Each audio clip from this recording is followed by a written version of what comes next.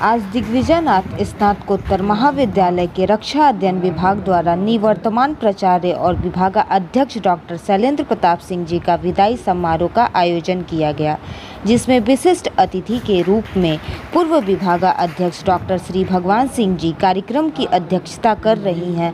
प्राचार्य डॉक्टर वीणा गोपाल मिश्र जी एवं कार्यक्रम को संचालित कर रहे हैं। वर्तमान विभागाध्यक्ष डॉक्टर राम प्रसाद यादव जी तथा महाविद्यालय के शिक्षक और छात्र छात्राएं मौजूद रहे। आइए देखते हैं महाविद्यालय की प्राचार्य डॉक्टर वीणा गोपाल मिश्र जी और निवर्तमान प्राचार्य डॉक्टर शैलेंद्र प्रताप सिंह जी ने क्या कहा।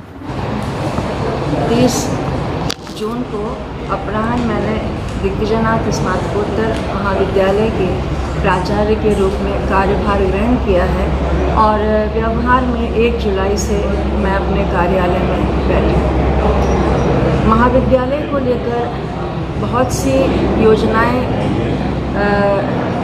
दिमाग मस्तिष्क में हैं और मेरा उद्देश्य है कि जब तक मैं इस महाविद्यालय में प्राचार्य के पद पर हूँ, उन कार्य योजनाओं को पूरी संकल्प और निष्ठा के साथ पूरा कर सकूँ। देखिए, किसी भी संस्था की पहचान वहाँ की शिक्षण व्यवस्था, वहाँ के पठन पाठन के माध्यम से ही होती है।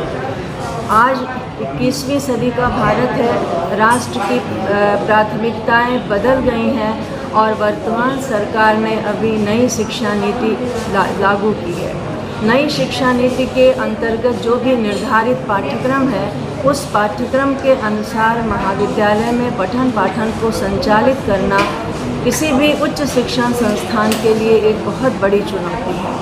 तो इस चुनौती को ध्यान में रखते हुए मुझे पहले तो उस पाठ्यक्रम पर विचार करना है, सिलेबस पर विचार करना है, महाविद्यालय के इंफ्रास्ट्रक्चर को देखना है कि हमारे पास क्या उतना मूलभूत संरचनाएं हैं कि हम उस पाठ्यक्रम को किस प्रकार से लागू कर सकते हैं। इन बिंदुओं पर विचार करना है। दूसरा, मैं मानती हूँ कि नैक प्रत्यायन हमारे यहाँ अभी हुआ है और हमें B++ ग्रेड प्राप्त हुआ है नैक के प्रत्यायन में। तो अब कार्यभार संभालने के दूसरे ही दिन मैंने IQAC के साथ उसके मेंबर्स के साथ मैंने एक बैठक आयोजित की और इस बात पर चर्चा की कि हमारे जो नैक द्वारा निर्धारित 7 क्राइटेरियाज़ हैं, हम कहाँ किन किन बिंदुओं पर हम फेल्योर रहे या हम सफल नहीं हो पाए।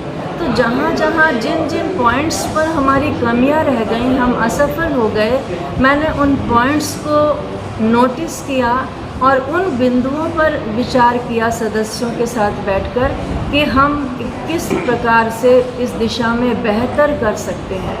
क्योंकि मैं ये मानती हूँ कि नैक एक सतत प्रक्रिया है। ऐसा नहीं है कि नैक केवल 5 वर्ष बाद ही हमको कराना है। किसी भी उच्च शिक्षण संस्थान के लिए नैक एक निरंतर चलने वाली प्रक्रिया है और जब निरंतर ये शिक्षण संस्थाएं नैक द्वारा निर्धारित क्राइटेरियाज़ के अकॉर्डिंग अपनी तैयारी, अपना काम करती रहेंगी, तो निश्चित रूप से किसी संस्था के प्रति अचानक से उतना लोड या प्रेशर नहीं होगा कि हमें नैक कराना है। तो हमारी IQAC की बैठक में वार्षिक कैलेंडर बनाया गया, विभागीय वार्षिक कैलेंडर की भी सूचना दी गई है। हमारा जो पिछला कैलेंडर था, उस कैलेंडर की भी हम लोगों ने समीक्षा की और एक नए वार्षिक कैलेंडर को तैयार करने की दिशा में हम लोग सफल हो गए। लगभग वो तैयार है। तो ये मेरी प्राथमिकताएं हैं और कोरोना पीरियड है। आने वाले समय में भी हम सुन रहे हैं कि तीसरी लहर आने वाली है। तो बहुत बड़ी चुनौती एक ये रहेगी कि अब हम भविष्य में ऑनलाइन या ऑफलाइन किस माध्यम से अपने छात्र छात्राओं को नए पाठ्यक्रम के अनुसार शिक्षण प्रदान करेंगे। इस दिशा में भी अभी बहुत कुछ कार्य किया जा रहा है। महाविद्यालय के रक्षा अध्ययन विभाग के द्वारा ये विदाई समारोह रखा गया है। यद्यपि जहाँ तक हमारे रिटायरमेंट का सवाल है, वो 30 जून 2021 को हो गया था, अपराह्न सत्र तक में था। ये शिक्षण संस्था जहाँ मैं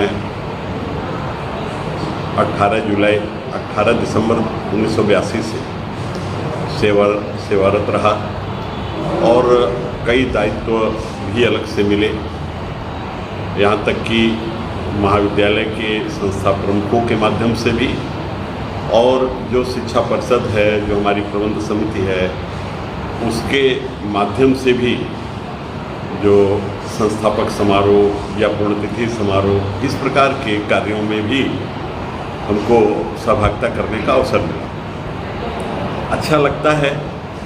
और किसी भी व्यक्ति के जीवन में अगर कहीं आप ज्वाइन करते हैं तो कहीं आपकी विदाई भी तय है, ये एक प्रक्रिया का हिस्सा है।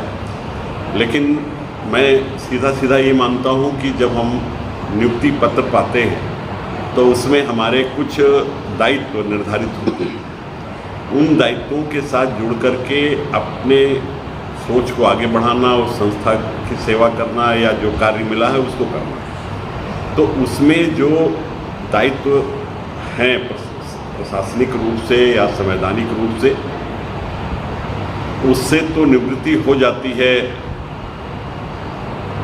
आपकी जो सेवा निवृत्ति का की तिथि है या समय, लेकिन जो सेवा है वो आप आजीवन अगर नहीं उसको कायम रखेंगे तो शिथिलता आ जाएगी।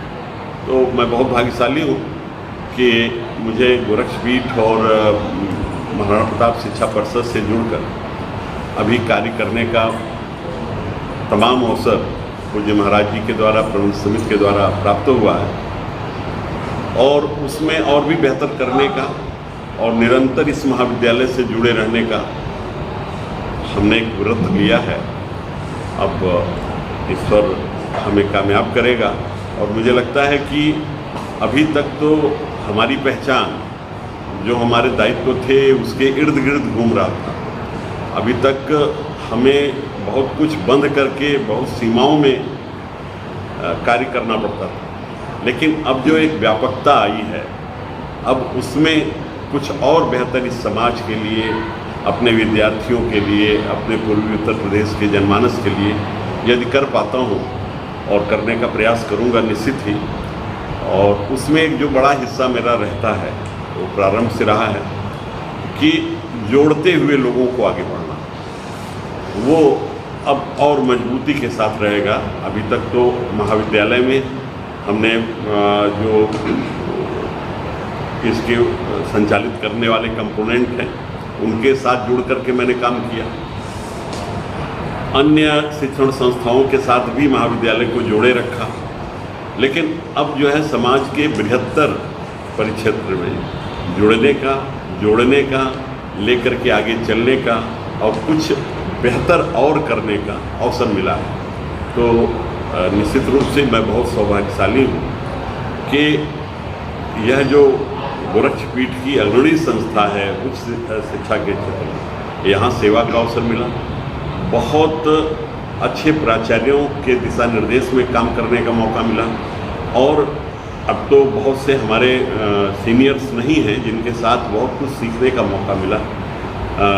Doctor Ramniwas Singh ji, doctor RP. Chand ji, बहुत लोग, तो वो सब हमारी स्मृतियों में है। और उसके बाद जो पीढ़ी हमारे साथ शुरू हुई या हमारे बाद शुरू हुई, उनके साथ तो अभी तक काम करने का मुझे अवसर मिला। तो ये कहीं कोई दिक्कत नहीं आई, हम लोग सपोर्टिव रहे। और पॉजिटिविटी हमारे महाविद्यालय की विशेषता है। हमारे महाविद्यालय की जो 3 विशेषताएं अगर मुझसे कोई पूछे तो वो पहला मैं बताऊंगा कि दिग्विजयनाथ पीजी कॉलेज की जो एकमात्र पहली विशेषता है जो 1982 से मैं देख रहा हूँ, वो पॉजिटिविटी है। कहीं ना कहीं ऐसा नहीं कि निगेटिविटी नहीं है या चीज़ें नहीं, लेकिन हमारा पॉजिटिविटी रेट इतना हाई है कि निगेटिविटी अपने आप उस पॉजिटिव वाले ट्रेन पे बैठ जाती है और वो भी पॉजिटिव हो जाती है। तो पॉजिटिविटी हमारा है, जीवंतता है। हम हमारे यहाँ हमारी संस्था, जब तमाम शिक्षण संस्थाओं को हम देख रहे हैं, ये सब जो स्वागत है, विदाई है या विद्यार्थियों को लेकर के तमाम कार्यक्रम है, ये सब चीज़ें ये हमारे महाविद्यालय की जीवंतता है। और उसके बाद जो तीसरी चीज़ है वो एक लयबद्धता आपको दिखाई देती है। अगर वो गीत जिसमें लय न हो, सुर न हो, तो वो बेसुरा हो जाएगा। तो यहाँ एक लयबद्धता है, सब एक साथ जुड़े हुए लोग हैं। तो निश्चित रूप से मैं बहुत भाग्यशाली हूँ कि इस शिक्षण संस्था में मुझे अवसर मिला था। आज भी मैं इसके साथ हूँ और बृहत्तर योजनाओं में आगे बढ़ रहा हूँ।